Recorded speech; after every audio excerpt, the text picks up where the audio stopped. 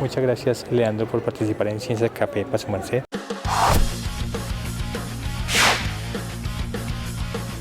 ¿De qué se trata esto de la arquitectura sostenible? ¿Eso qué es? ¿Por qué es importante?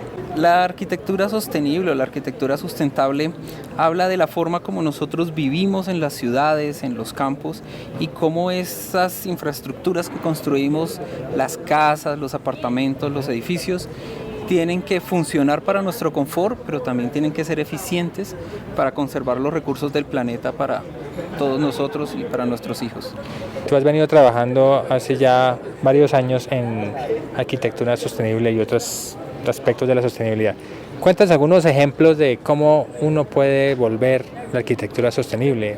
Bien, el tema de cómo hacer que nuestra vivienda o nuestro espacio sea sostenible tiene que ver con los recursos que estamos consumiendo. Por ejemplo, el agua ha sido una de las líneas más importantes de las que he trabajado. Un dato curioso, o más bien las anécdotas alrededor de nuestros hábitos, es sobre todo el tema de los impactos que desconocemos. Por ejemplo, cuánta agua gastamos en una ducha mientras esperamos a que se caliente, o cuánta agua contaminamos cuando decidimos descargar el aceite del sartén en el lavaplatos, o qué pasa con la basura cuando tiramos una batería en nuestra basura. El tema de los baños es uno de los impactos más grandes. Por ejemplo, nuestros baños tradicionales, los que hemos tenido en casa hace mucho tiempo, cada descarga es de 10 litros por vez. Los baños ahorradores son de 6 litros. Si ustedes hacen una cuenta rápida, durante un año, una persona que esté descargando la cisterna todos los días, y les puedo decir que más o menos una persona descarga 6 veces al día la cisterna, estaría gastando o contaminando 22.000 litros de agua cada persona. La pregunta es, ¿y qué vamos a hacer al respecto? 22.000 litros.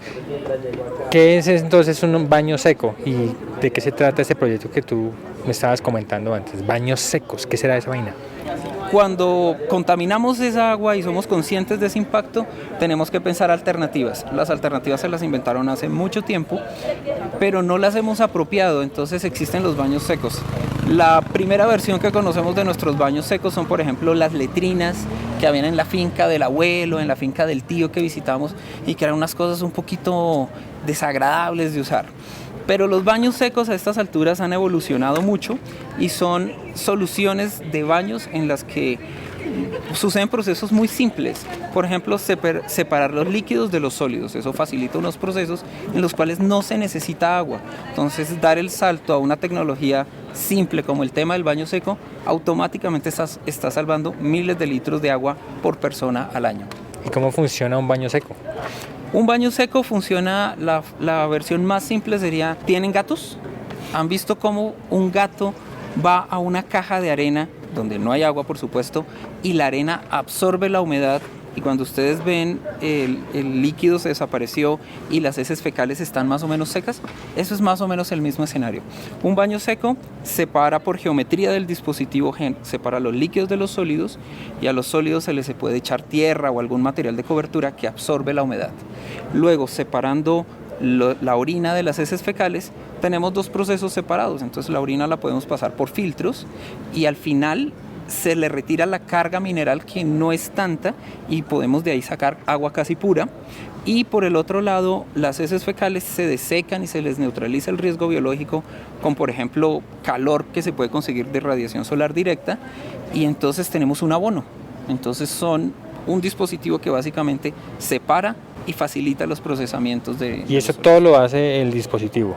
No, ahí es donde aparecen algunos retos para nosotros. Parte del reto que hay ahora con los dispositivos de baños secos es que el proceso no es tan automático como nos gustaría. Estamos trabajando precisamente en llegar a ese punto de confort. Pero lo más probable es que, dependiendo de dónde se instale, haya que hacer algún tipo de mantenimiento en el que toque mover algunos tanques, mover el material y ponerlo a radiación solar, por ejemplo. Habrá gente que dice, no, pero es que una arenera de gato, si uno no la manipula, empieza a oler a orines de gato. ¿No pasará lo mismo con un baño seco? ¿Los olores o los baños secos modernos solucionan ese problema? Pues ese es precisamente un mito que nos ha costado un poco desmontar. Precisamente el hecho de que la orina vaya por un lado y se pueda manejar con un proceso seguro hace que las heces fecales no generen olores. y ese ejercicio hace que sea básicamente tierra y materia recubierta de tierra, entonces ahí no hay generación de olores. Ese proceso de absorción reduce la generación de gases, entonces ya no huele. Y la orina va por otro proceso, entonces se puede manejar de manera también controlada, de tal manera que no huela. ¿Y la arquitectura? ¿Cómo puede haber arquitectura? sostenibilidad en las casas de Bogotá? ¿Se puede o no se puede? Te puedo contar que, por ejemplo, mi hijo está en un jardín infantil y tienen una granja, y cuando él va, allá hay baño seco.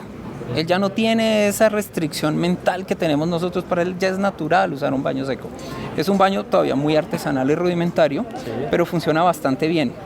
Y lo que va a pasar con él es que las arquitecturas del futuro van a tener que implementar este tipo de tecnologías, y vamos a tener que hacer algunas modificaciones en la arquitectura, tal vez algunas áreas de servicio, corredores extra, para que se pueda hacer el mantenimiento, el retiro, alimentar el dispositivo con material de cobertura, y que eso funcione en el mejor confort de la vivienda. En mi equipo hemos desarrollado algunos esquemas de lo que debería ser precisamente los nuevos baños, con un área húmeda de lavamanos y la ducha, y un área seca donde iría el sanitario, que ya no necesita tuberías, ya no necesita impermeabilización, y donde se podría manejar todo el proceso de manera segura y controlada. Afortunadamente, esto que empezó como un experimento, un ejercicio académico, se ha vuelto de interés de muchas personas que nos están pidiendo baños secos. Todavía no son una gran masa, pero esperamos que crezca. En la medida en que somos más conscientes, estamos más dispuestos a asumir algunas cosas. Es curioso que algunas personas tengan más facilidad para recoger las heces fecales de su perro, pero no sean capaces de utilizar el baño seco, en el que tendrían aún menos contacto con sus heces fecales. Excelente ejemplo.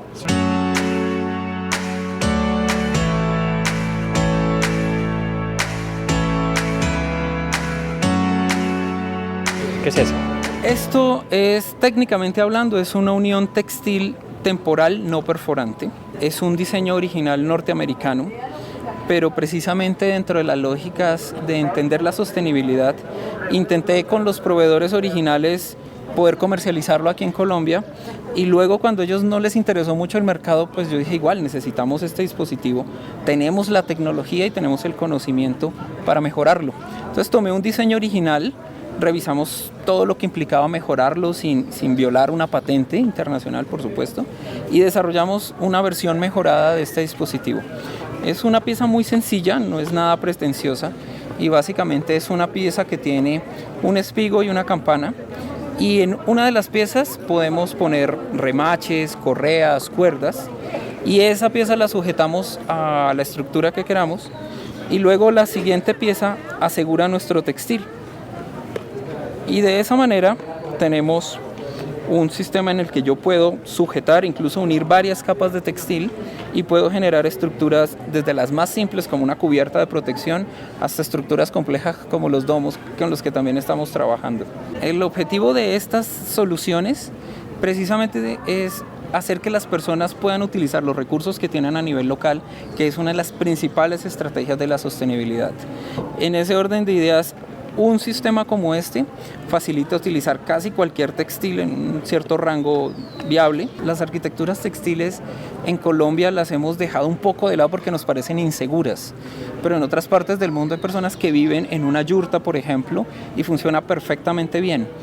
Nosotros desarrollamos un domo de estos como un prototipo en el 2015, y justo en enero del 2016, si recuerdan, ocurrió el desastre, el terremoto en Ecuador, en Jama.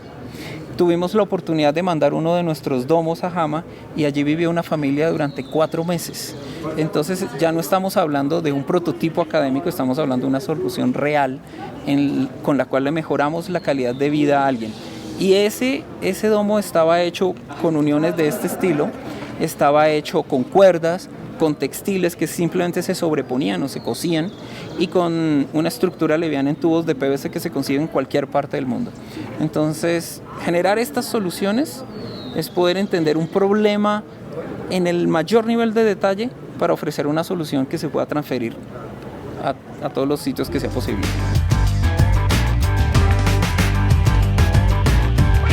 Anécdota científica.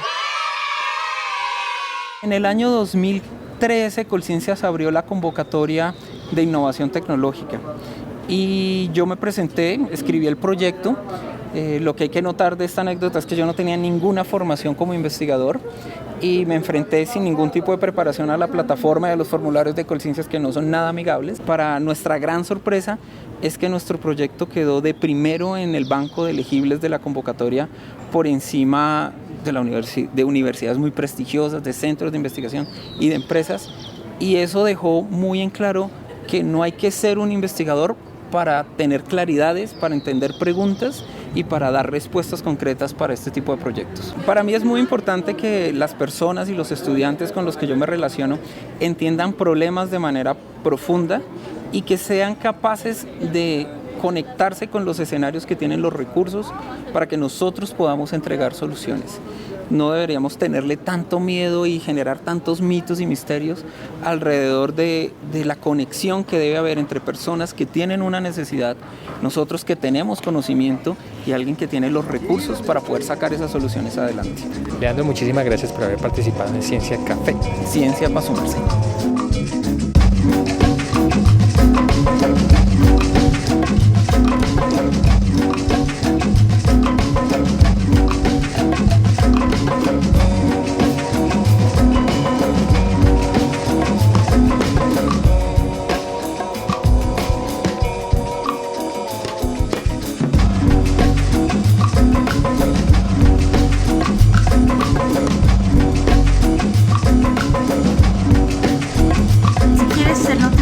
Cuando salga un video nuevo, suscríbete a nuestro canal oprimiendo el botón rojo y después la campanita.